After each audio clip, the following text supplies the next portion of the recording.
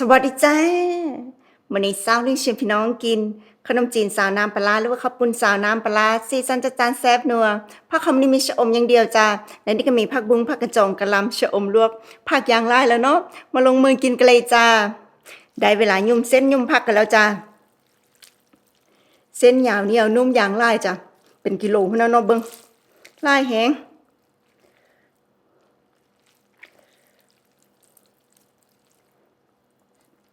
ถึงเส้นถึงผักถึงพริกจุกๆแม่นบ่แซ่บๆนำกันจ้า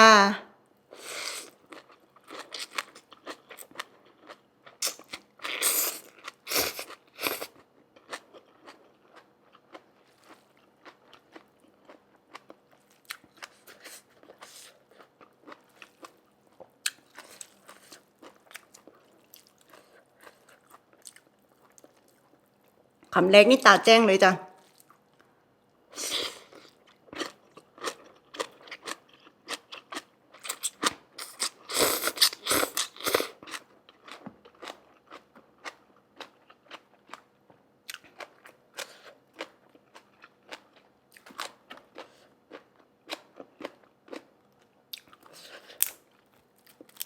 ชมงามๆอวบๆมื้อนี้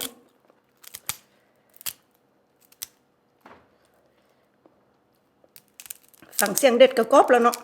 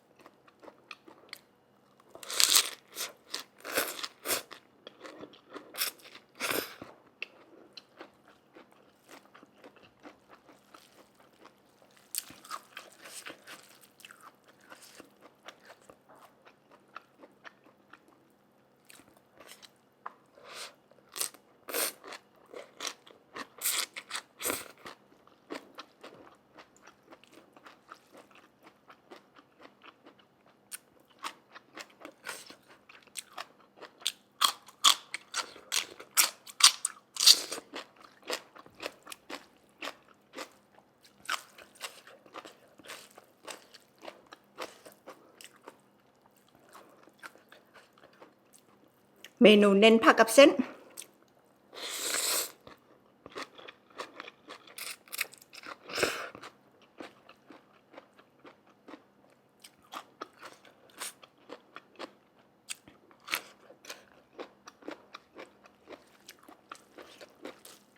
ไผมากินผักหยังก็ลวกใส่เลยจ้ะเมนูนี้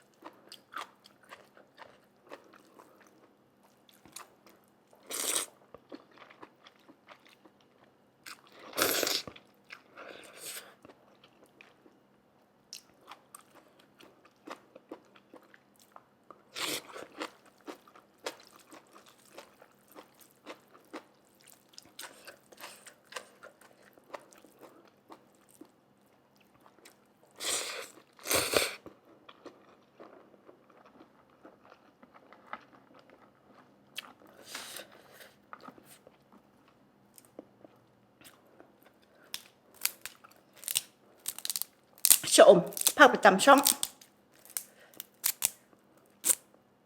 มักแห้งแซ่บเข้ากันดีเด้อจ้ะขนมจีนส้มตำอีกนึง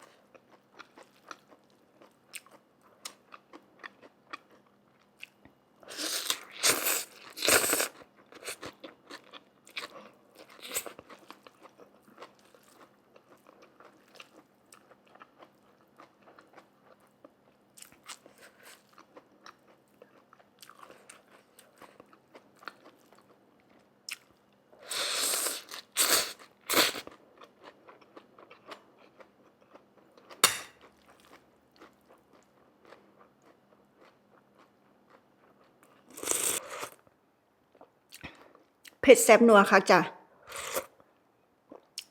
สดก็ต้องระวังเด้สมัครนี่นางให้ทันที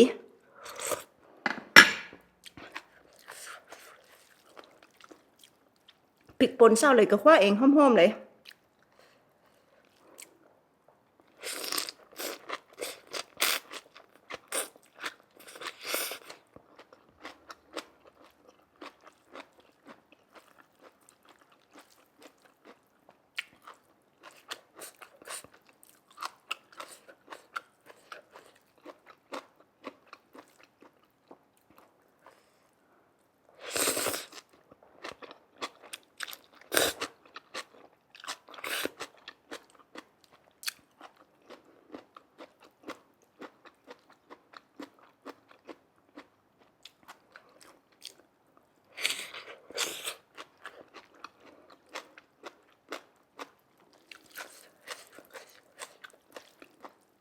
กินยำได้ก็แซ่บคันว่าเมนูเส้นกับส้มตำนะ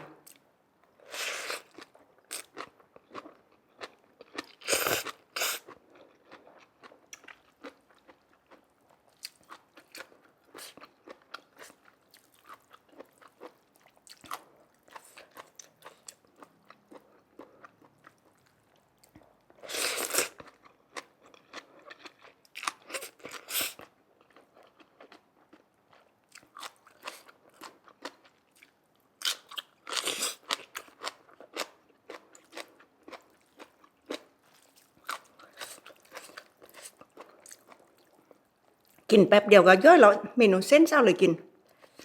บ่ต้องว่ายามมันอืดในท้อง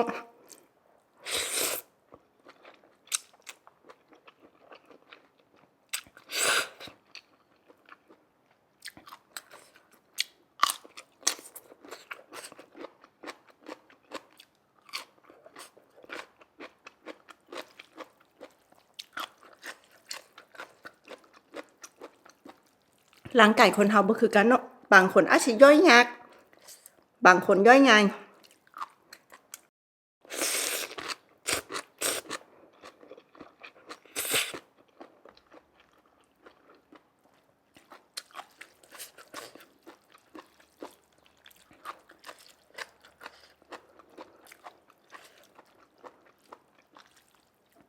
กินผักหลายๆนี่ย่อยง่ายดีปานหยังสบายท้อง